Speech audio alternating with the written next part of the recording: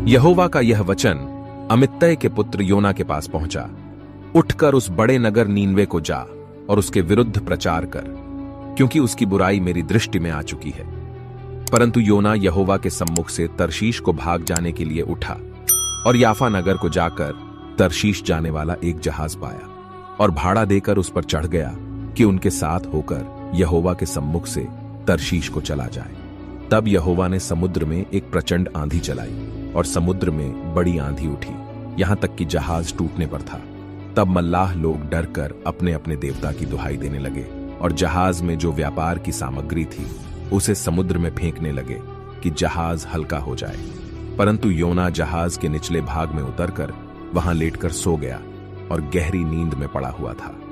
तब मांझी उसके निकट आकर कहने लगा, तू भारी नींद में पड़ा हुआ क्या करता है? उठ, अपने देवता की दुहाई दे।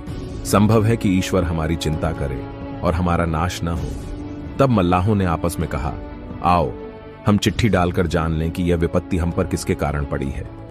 तब उन्होंने चिट्ठी डाली और चिट्ठी योना के नाम पर निकली। तब उन्होंने उससे कहा, हमें बता कि किसके कारण यह विपत्ति हम पर पड़ी है। तेरा व्यवसाय क्या है और तू कहां से आया है? तू किस देश और किस जाति का है? उसने उनसे कहा, मैं इब्री हूं और स्वर्ग का परमेश्वर यहोवा, जिसने जल स्थल दोनों को बनाया है, उसी का भय मानता हूं। तब वे बहुत डर गए और उससे कहने लगे, तूने यह क्या किया है? वे जान गए थे कि वह यहोवा के सम्मुख से भाग आया है, क्योंकि उसने आप ही उनको बता दिया था। तब उन्होंने उससे पूछा, हम तेरे साथ क्या करें जिससे समुद्र शांत हो जाए? उस समय समुद्र की लहरें बढ़ती ही जाती थीं। उसने उनसे कहा, मुझे उठाकर समुद्र में फेंक दो, तब समुद्र शांत पड़ जाएगा, क्योंकि मैं जानता हूं कि यह भारी आंधी तुम्हारे ऊपर मेरे ही कारण आई है। तो भी वे बड़े यत्न से खेते रहे कि उसको किनारे पर लगाएं, परंतु पहुंच न सके, क्योंकि समुद्र की लहरें उनके विरुद्ध बढ़ती ही जाती थीं।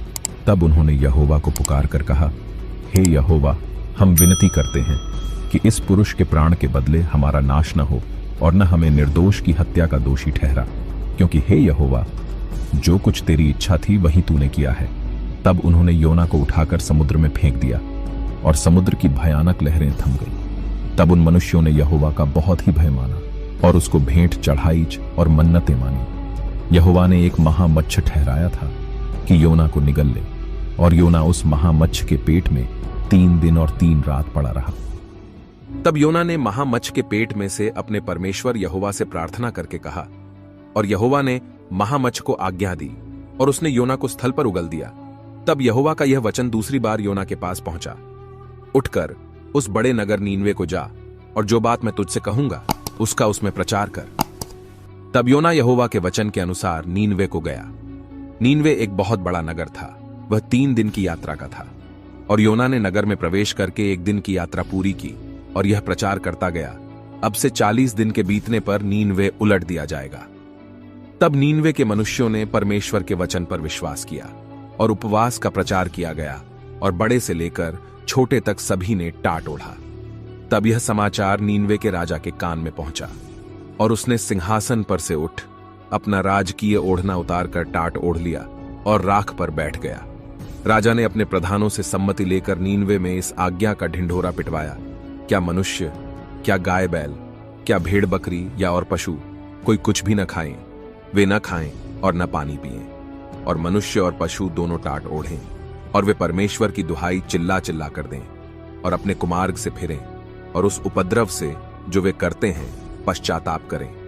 संभव है परमेश्वर दया करे और अपनी इच्छा बदल दे और उसका भड़का हुआ कोप शांत हो जाए और हम नाश होने से बच जाएं। जब परमेश्वर ने उनके कामों को देखा कि वे कुमार्ग से फिर रहे हैं, तब परमेश्वर ने अपनी इच्छा बदल दी और उनकी जो हानि करने की ठानी थी उसको न किया।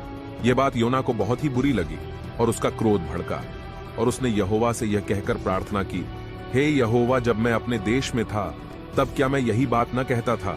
इसी कारण मैंने तेरी आज्ञा सुनते ही तर्शीश को भाग जाने के लिए फुर्ती की, क्योंकि मैं जानता था कि तू अनुग्रहकारी और दयालु परमेश्वर है और विलंब से कोप करने वाला करुणा निधान है और दुहक देने से प्रसन्न नहीं होता। सो अब हे यहोवा, मेरा प्राण ले ले, क्योंकि मेरे लिए जीवित रहने से मरना ही भला है। यहोवा ने कहा, तेरा जो क्रोध भड़का है, क्या वह उचित है? इस पर योना उस नगर से निकलकर उसकी पूरब ओर बैठ गया और वहां एक छप्पर बनाकर उसकी छाया में बैठा हुआ यह देखने लगा कि नगर का क्या होगा। तब यहोवा परमेश्वर ने एक रेंड का पेड़ उगाकर ऐसा बढ़ाया कि योना के सिर पर छाया हो, जिससे उसका दुहक दूर हो। योना उस रेंड के पेड़ के कारण बहुत ही आनंदित हुआ। सवेरे जब पौ फटने लगी तब परमेश्वर ने एक कीड़े को भेजा, जिसने रेंड का पेड़ ऐसा काटा कि वह सूख गया। जब सूर्य उगा तब परमेश्वर ने पुरवाई बहाकर लू चलाई और धूप योना के सिर पर ऐसे लगी कि वह मूर्छा खाने लगा और उसने यह कहकर मृत्यु मांगी, मेरे लिए जीवित रहने से मरना ही अच्छा है। परमेश्वर ने योना से कहा, तेरा क्रोध जो रेंड के पेड़ के कारण भड़का है, क्या वह उचित है? उसने कहा, हाँ, मेरा जो क्रोध भड़का है वह अच्छा ही है, वरन क्रोध के मारे मरना भी अच्छा होता। तब यहोवा ने कहा, जिस रेंड के पेड़ के लिए तूने कुछ परिश्रम नहीं किया न उसको बढ़ाया, जो एक ही रात में हुआ और एक ही रात में नाश भी हुआ, उस पर तूने तरस खाई है। फिर यह बड़ा नगर नीनवे, जिसमें 1,20,000 से अधिक मनुष्य हैं, जो अपने दाएं बाएं हाथों का भेद नहीं पहचानते और बहुत घरेलू पशु भी उसमें रहते हैं, तो क्या मैं उस पर तरस न खाऊं?